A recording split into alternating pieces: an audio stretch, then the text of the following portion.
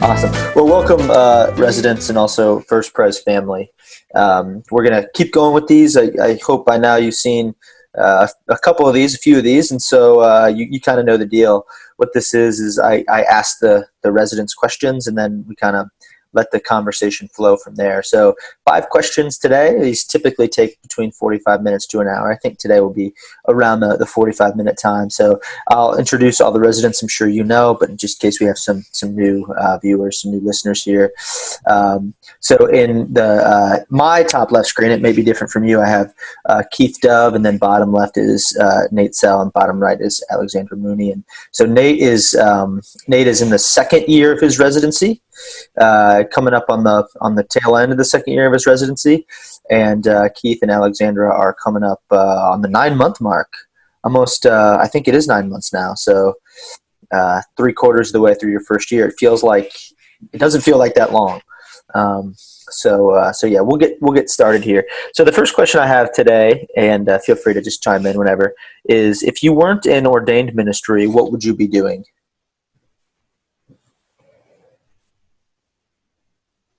I think I would be a teacher. I don't know of what, probably something in the humanities, history, maybe something like that. Yeah, I studied music in undergrad and thought since in high school that I would do professional music, but discerned pretty quickly in college that wasn't what was right for me. But I think every time I've gotten a chance to teach, I have just loved it. And almost had a little crisis in the middle of seminary, like, oh my gosh, I think I'm supposed to be a teacher, not a pastor. But luckily we get to do a little bit of teaching with this job. So I think that's what I would do. So was it music education that you did undergraduate or music? Okay. No, it was a Bachelor of Music in Church Music, which is not a lot of schools have that anymore. So I thought that I wanted to do what John does, basically, direct choirs and play the organ and things like that. Okay. Watch out, John. She's on your corner. Coming for you. All right, Keith, go ahead.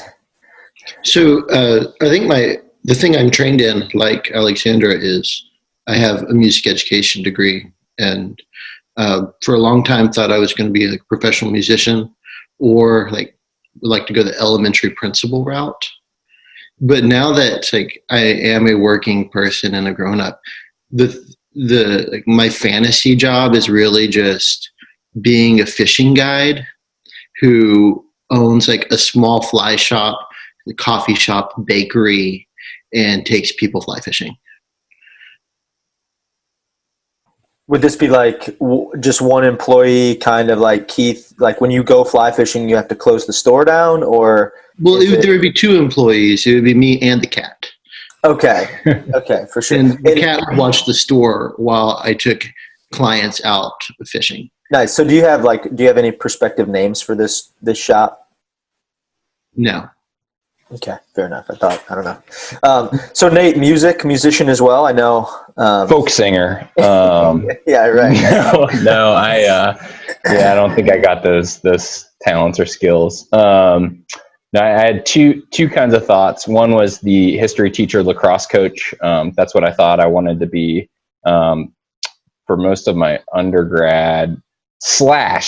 There was a period in my life where I was seriously debating being a Knowles mountaineering guide and living out of a pickup truck.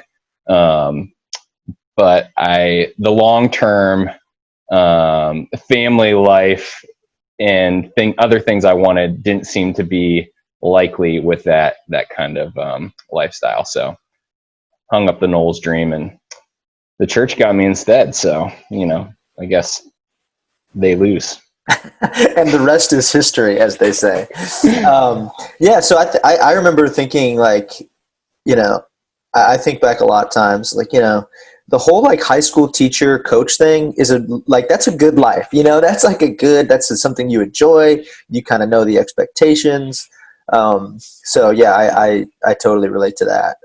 Are you still looking are those all still open possibilities besides the mountaineering? I know you have a wife and a child now, but as you kind of come up on the tail end of your second year of residency, the teaching thing, is that still on the table for you? Definitely. I mean, kind of like Alexandra mentioned, is I enjoy the teaching parts of the ministry. I also think maybe it was Keith a couple sessions ago talked about how the future of the church will have more and more bivocational is not exactly the right word, but ministers who are doing different things. And I could easily see myself teaching and then also helping out at a local parish. So we'll see. I'm open to a lot of different options for what life and or the Spirit lead me to. Yes. Okay, the next question. What role does theology play in the day-to-day life of a pastor? So I guess one way to think about this, I think there's a siren in the background, so I apologize for that. But one way to think about this is the way it kind of typically gets narrated is that theology and ministry in the 20th century and into the 21st century have sort of become less about each other. So it's like, well, you have theology over here, but what's theology really got to do with it? So I think folks would just be interested to know how the decisions that you make that seem like practical decisions, how your theology influences those decisions, and why it's important that we reflect on that and we think a lot about being intentional about that.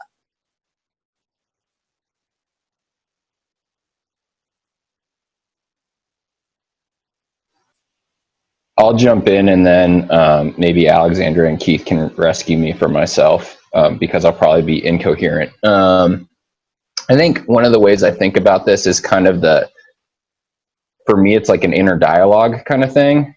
And it's kind of this like on my shoulder conscience almost when I'm trying to think through churchly decisions or even my personal decisions about my core convictions and core theological convictions. Tends to be kind of this like silent conversation partner that I don't think most people would know is going on. So the things that I believe in inform how I act in the world, but I'm not usually that explicit about them. And I think maybe that's to my own detriment and to the church's own detriment, is that I don't necessarily talk about my theological rationale for why I do things. It's just more of a silent conversation partner for me, if that makes sense. So Alexander, you mentioned in a previous one of these interviews the Eastern Orthodox notion of like practice is theology and everything else is kind of adiaphora. It's not it's sort of, it's not important, right? It's still important, but it's sort of secondary, where actually the material being in the world is actually displays your theology. So Nate kind of narrated something a little different than that, where there is these sort of two things going back and forth. So I just, how do you think about that personally? And then if you could maybe think about the interchange of those two things. Yeah, I mean, I think that what Nate's saying is true to sort of how it plays out, because there is a lot of second level processing of what I'm doing and why I've just done what I've done, or why I might do what I'm about to do, which is to me secondary to what we're actually doing. But like there has to be some sort of processing there that is theological. And I think one of the challenges of these first few months of ordained ministry for me have been like how to frame things theologically when we're having really deeply practical conversations about things, especially when it may or may not be sort of natural or second nature to folks to do that kind of theological processing of what's happening. So I'm thinking of, I mean, this is like the classic example, but thinking about flowers in the sanctuary. Like, how do we have a conversation about flowers in the sanctuary that's not about flowers in the sanctuary, but is about something that we believe theologically? And sometimes I think that's just belaboring a silly point. Sometimes things I think are truly, you're making a practical decision. But I think one of the challenges for me has been to continually come back to why are we doing this? Why are we doing this? Why are we doing this? From sort of a theological processing standpoint. I don't know if that answers what you're asking, Matt, but yeah. Keith, what do you think? Yeah, I think as long as they're not opposed to each other, I think I do agree with both Nate and Alexandra. One of the things I think about is how not necessarily what role does theology play, but what role can theology play? And theology can play a role in every single action of my day as a pastor, or it cannot. And like Alexandra was talking about, we're always trying to, our pastor mindset, we are trying to figure out how to think of things theologically when they may just seem like practical things. And it's my hope that we will stop having this divide between what is theological and what is practical. Sometimes it may look silly, but I think that if we think about theology in everything we do, that's better than us not thinking about theology and things. Even if it looks silly or it seems dumb, like I'm thinking back home, like my home church, there's one pastor who is also the plumber and the electrician when things go wrong, because it's just an old building. Like, how do you take an overflowing toilet and think of that theologically? And you can. And it might help when that happens for it to still feel like ministry instead of just being the plumber. But yeah, I think every part of our day can be theological if we stop and think about it.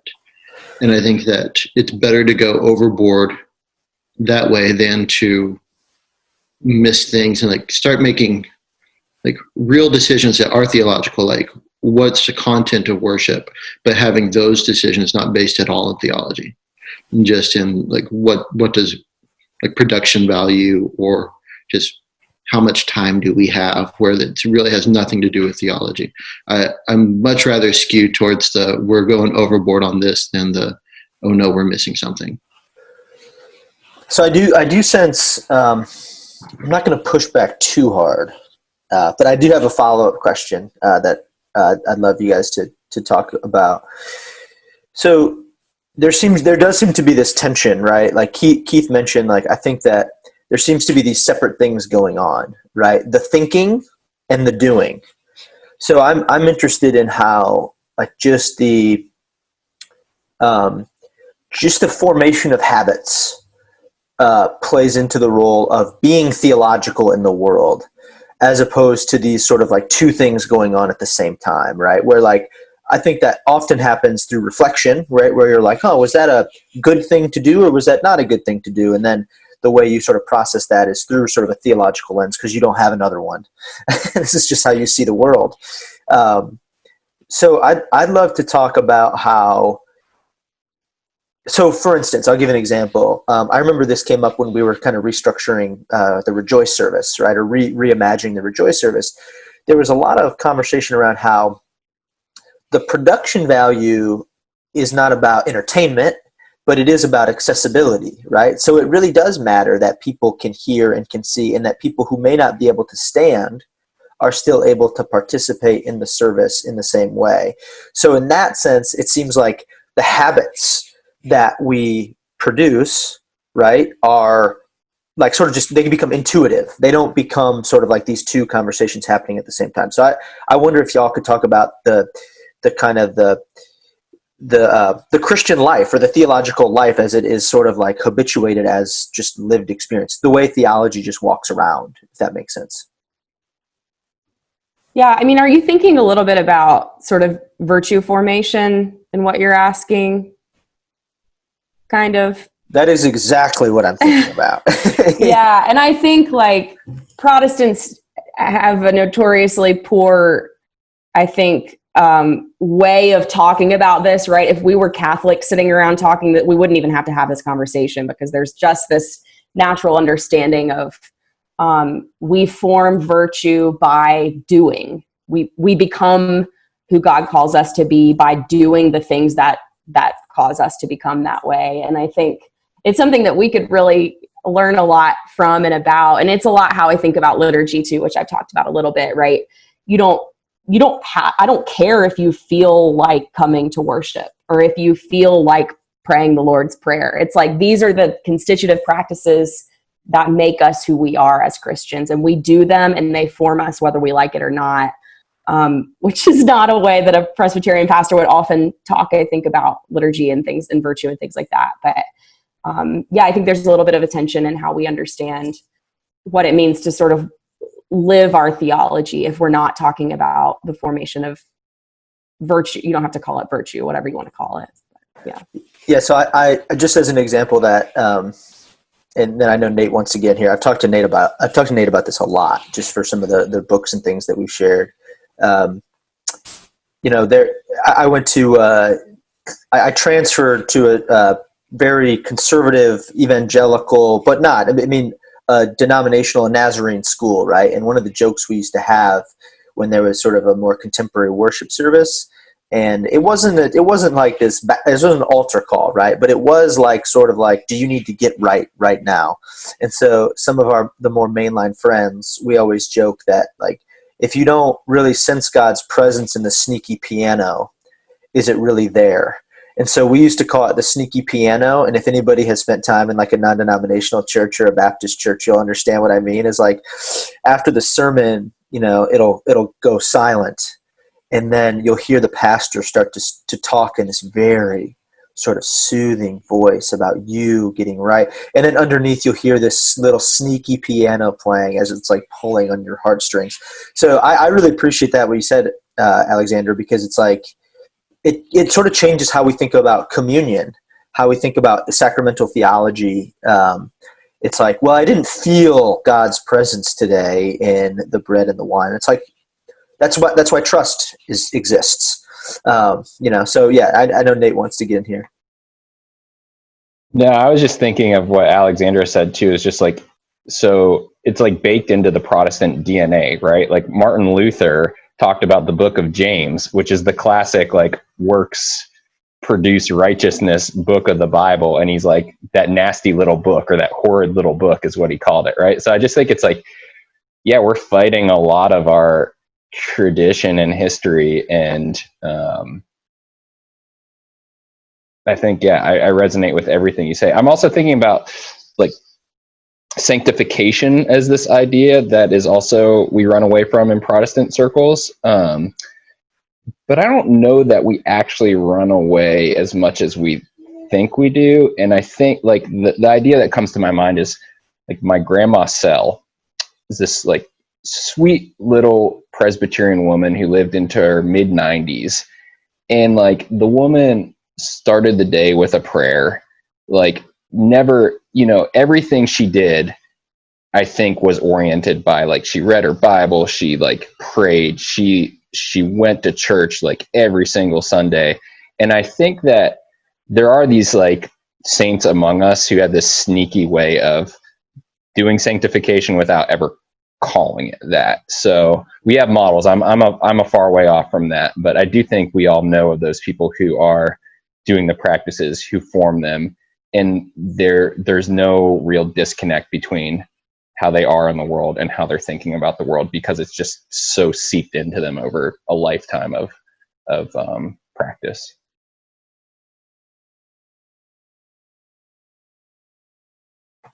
Okay, we'll move on here. Keith, do I have the thumbs up to move on? Okay, great. All right. So switching gears a little bit here. I know y'all well enough now that I'm, like, trying to anticipate how you're going to answer this question. If you could recover some, I'm going to start with Keith, because I'm really interested to hear what Keith has to say about this. If you could recover something from past church culture, what would it be? So something that is either sort of dwindling away, or something that was maybe going on during while they were writing the Scots Confession. Yeah. So I think my official answer last time I answered this question for you was, I would love to go back to a time before spiritual capitalism, to a time where there, like, wasn't such a thing as, like, church shopping, and people belonged to their congregations because that was their community.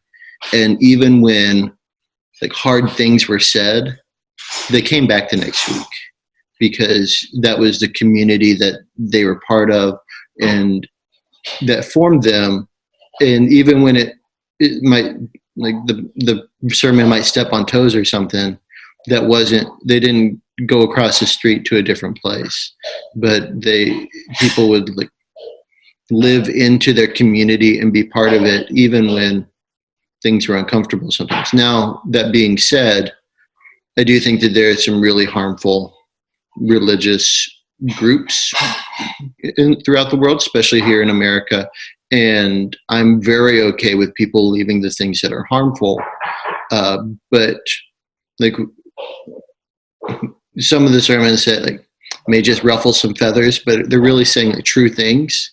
That's often a catalyst now for, we're going to go find a congregation that makes us feel good rather than like convicts us. So I would love for that not to be a thing where like, oh, I felt uncomfortable in the pew today, so I'm never going to go back. But that is a very different thing from if people are in a religious group that is harmful or hurtful, like you should leave. But that doesn't count as church shopping. That's a very different thing. Yeah. So that I think it's worth reflecting on how that phenomena actually has changed the way we are. We just are in general, right? I mean, I actually think Nate's favorite author, Wendell Berry, is really good on this. Nate's favorite author, Wendell Berry. So the example that I'll give is, my dad lives in a town of 1,500 people, Franklin Grove, Illinois, and there are 9 churches in Franklin Grove. And it's like some of these pastors are like, man, we really want our church to grow. It's like, there's no people. Like, it's sorry. Like you hit your quota. And so I think often, even when I drive to First Pres, how many churches I drive by.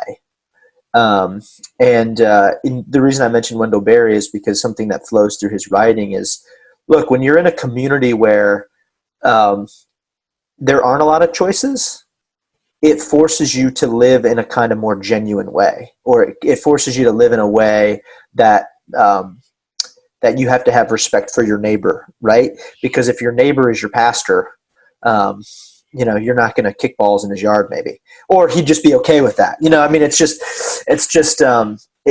think it's really worth understanding how the idea that we're choosing where we go to church has changed, like the religious landscape in America. So I'll stop blabbering here and let somebody else chime in.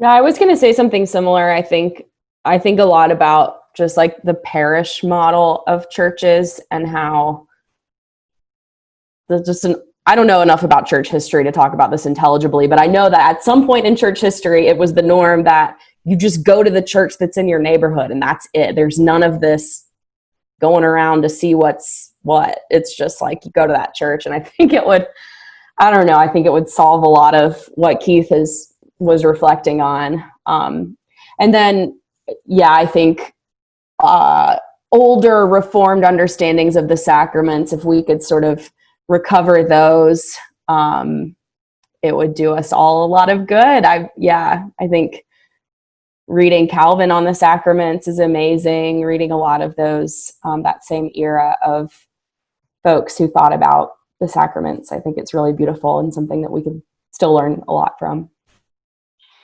It would be great if the creeds mattered again.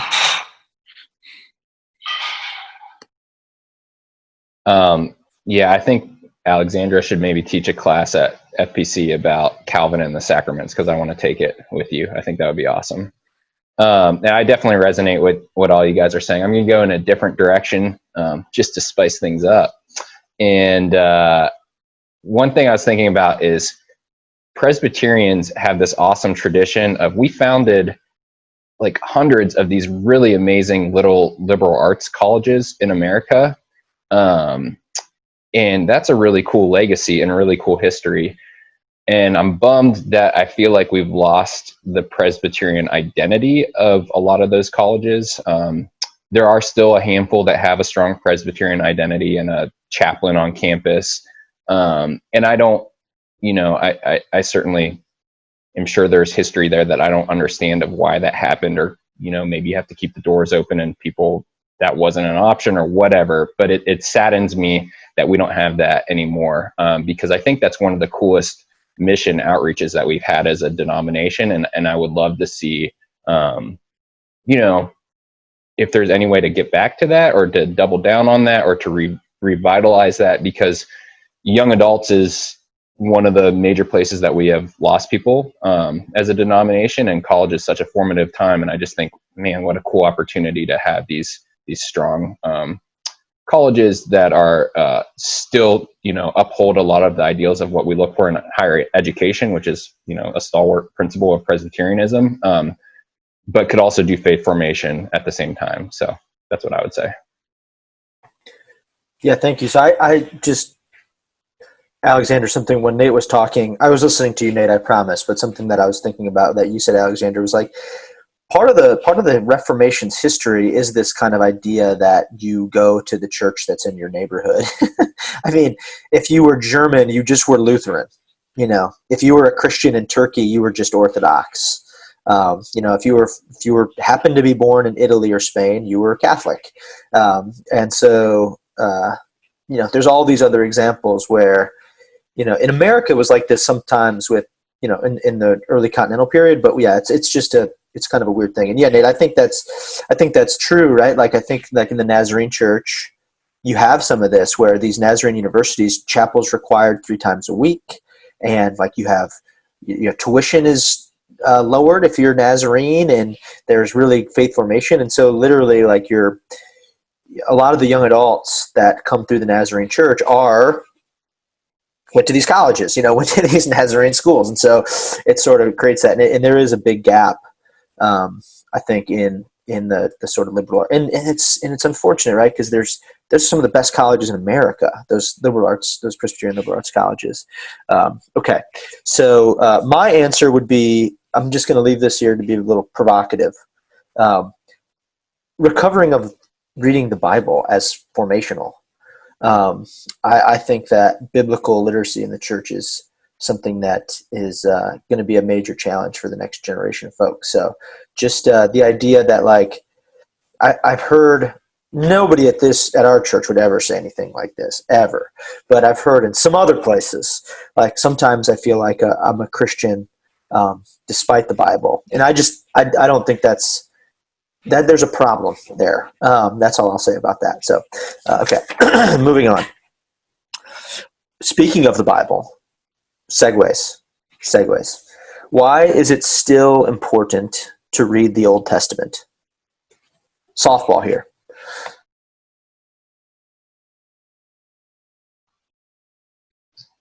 I'll start just with a joke, and that's because it's better than the New Testament.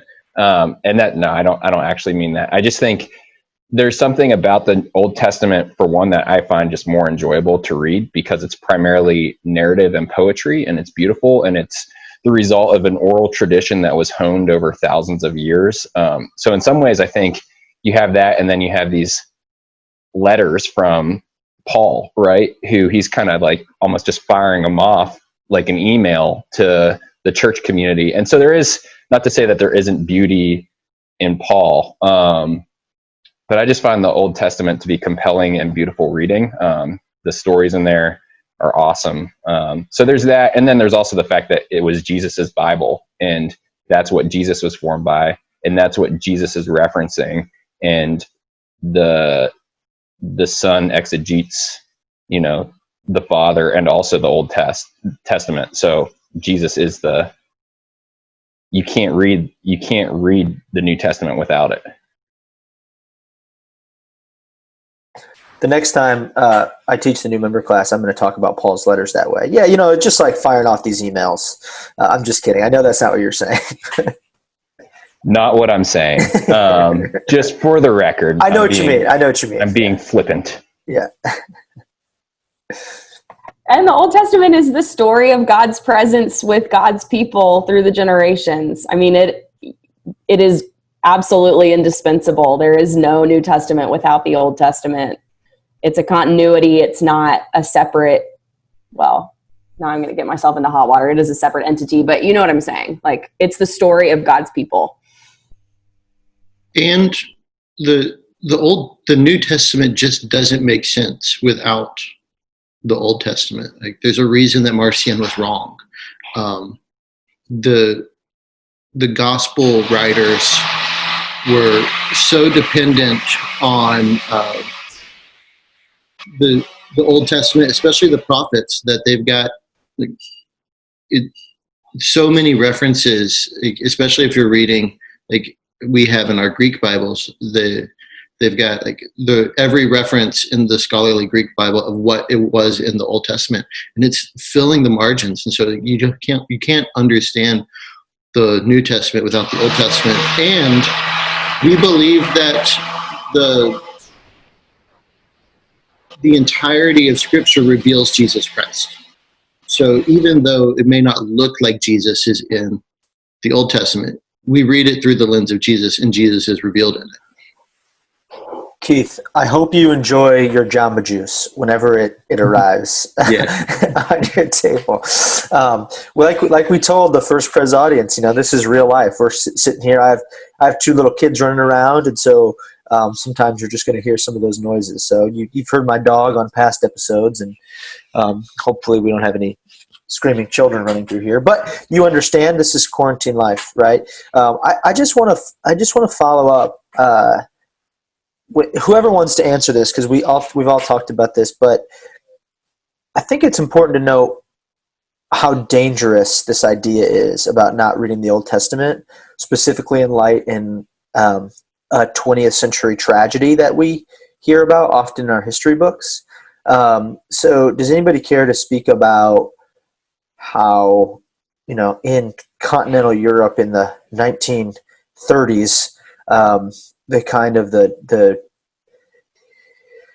first step of sort of degrading an entire population of people was the idea that their text didn't matter anymore? I think you said it, Matt. I don't know if there's much more to say. I mean, yeah, that heresy that Keith is alluding to, right? That there are somehow two different gods, or there's a God of the Old Testament and of the New Testament, is a real slippery slope to some serious anti-Semitism, among lots of other problems. Just to be clear, I'm talking about the Holocaust. You're right. And German Christians, and not just German Christians, but other continental Christians, had this idea that the Old Testament was something in the rearview mirror, right? God had done a new thing to this chosen race of Gentiles, for this chosen race of Gentiles. And so you see this massive disconnect of, European Christians and American Christians too. I mean, everyone was sort of guilty of this, of worshiping a God that was Jewish by birth, and persecuting an entire race of people. So, Nate, I know you wanted to add something. No, just to add that, and unfortunately, like founding fathers of our faith, like Martin Luther's writings, helped cause that, which is a painful part of our history, but I think it's one that we can't, shy away from or cover up and need to deal with, honestly. So, yeah. Okay. Moving on here to our last question. How can, and this is, we don't have any more questions planned. So if you're looking at this and you're listening to this and you have a question that you'd like the residents to address, talk about, shoot me an email, just mlogan@fpcgreensboro.org, and we'll keep doing these. But this is the 20th and final question of the resident check interviews. How can members of our congregation remain faithful or deepen their faith in this moment of isolation and quarantine? This is the big one.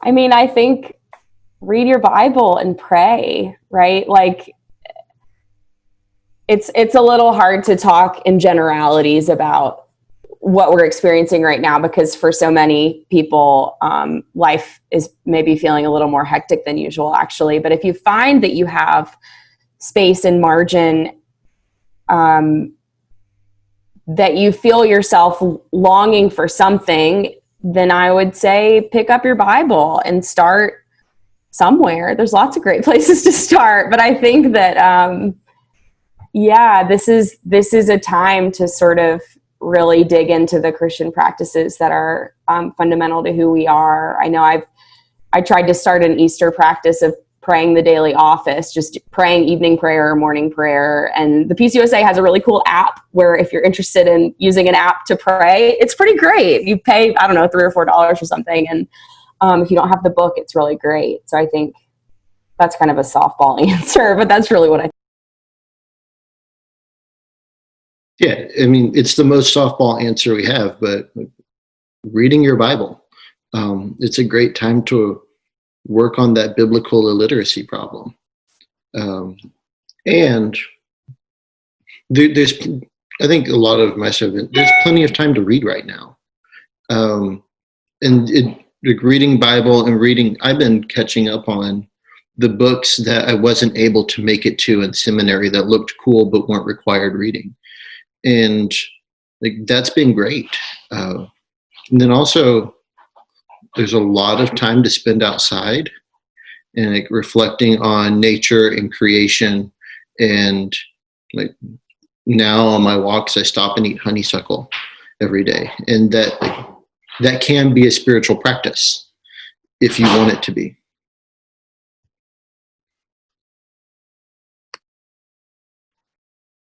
Yeah, I don't have that much to add besides one practical thing with, I think prayer is intimidating to a lot of people. And I don't know. So Alexandra gave you a great resource right there with the daily office. I think that's a great thing. You can also go with the two greatest, I think, who said this? One of my authors that I enjoy said, the two greatest prayers I know are help me, help me, help me, and thank you, thank you, thank you. And just starting with that's like not a bad place to start with prayer of what do you need and what are you thankful for? And then also expanding that to what you see others need. And tailing off of that, I think now is a great time in a church like ours specifically. Like we have a lot of members, but you probably know somebody that we don't know who needs a phone call, who needs an email, who needs to be checked in on. And I think that's what it's all about. So taking care of our community right now. Yeah. And also, everybody's situation is different. But if you are in a situation where if you're, say, a young adult and your risk is low right now and you're not around somebody who's high risk regularly, maybe now's the time that you do volunteer more and help out. And there's a number of places like Backpack Beginnings that need volunteers. So if that's you, then this is a great time to jump in for those things.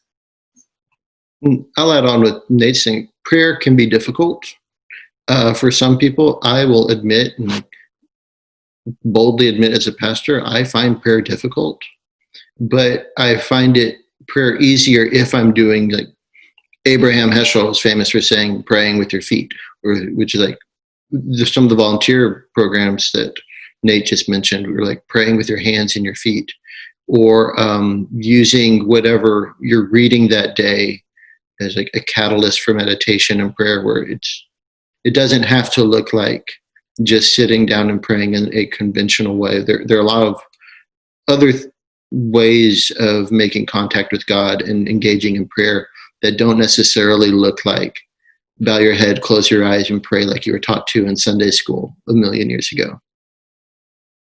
But if that works for you, do that too. Yeah, nothing wrong with that. I want to add just one little thing, and I don't mean to make light of like suffering at all in any sense. Something that I talk a lot. My beginning of the year speech to the Page High School distance runners is we talk about how like running is not about running, and one of the ways we highlight that is that in some sense endurance, right, teaches us how to suffer or how to lament together. And in the same way that sort of spiritual practices and habits are not just like these cognitive disciplines, something I think in our Christian practice in America that people have a hard time with is lamentation. And that's a kind of celebration or a kind of worship that we have in the Christian tradition that is vital. And I think that, I mean, I've written some blogs about this on the church website. This is really not, I don't think this is a good time for like distracting ourselves. Like if that's something that you need to get through the day, that's one thing. But I think it's a really good time to learn and to cultivate the virtue of lamentation and to understand that, like,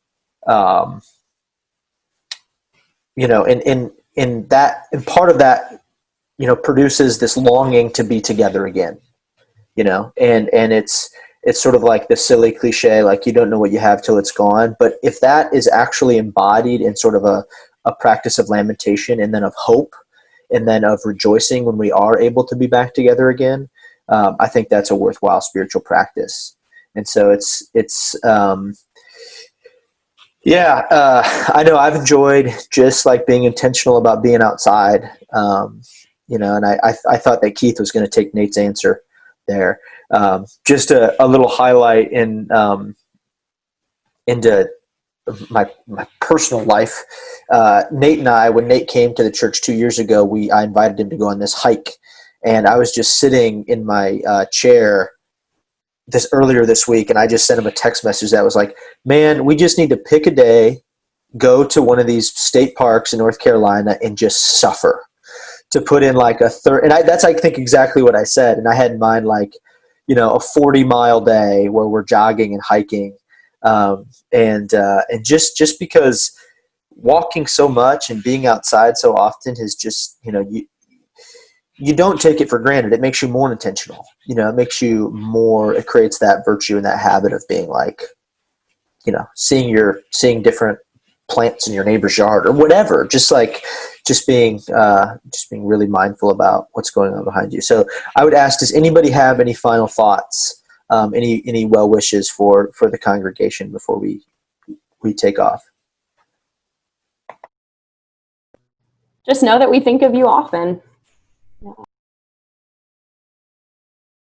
Yeah, definitely. I mean, we're thinking about you. We're praying for you. And again, I think a lot of people have said this, but if you need us, or if you know of somebody who's in a really bad spot or anything, please let us know. And know that we miss you. Like we had our Alleluia call earlier this week, and there's like a set group of people who usually come to Alleluia, and I haven't really had any contact with those people since quarantine started. And it was so nice to see the Alleluia group again. When it was like, we miss all of you, and we miss seeing you in our regular places. And kind of like didn't realize how much I knew I missed people, but I didn't realize how much I was missing them. Yeah, I don't have anything to add with what y'all said. I double down on those things, and just encourage you that I was joking with another staff member this week that, you know, nobody needs the church's permission to reach out to a congregant that they miss, or that they haven't seen in a while, or that they're worried about.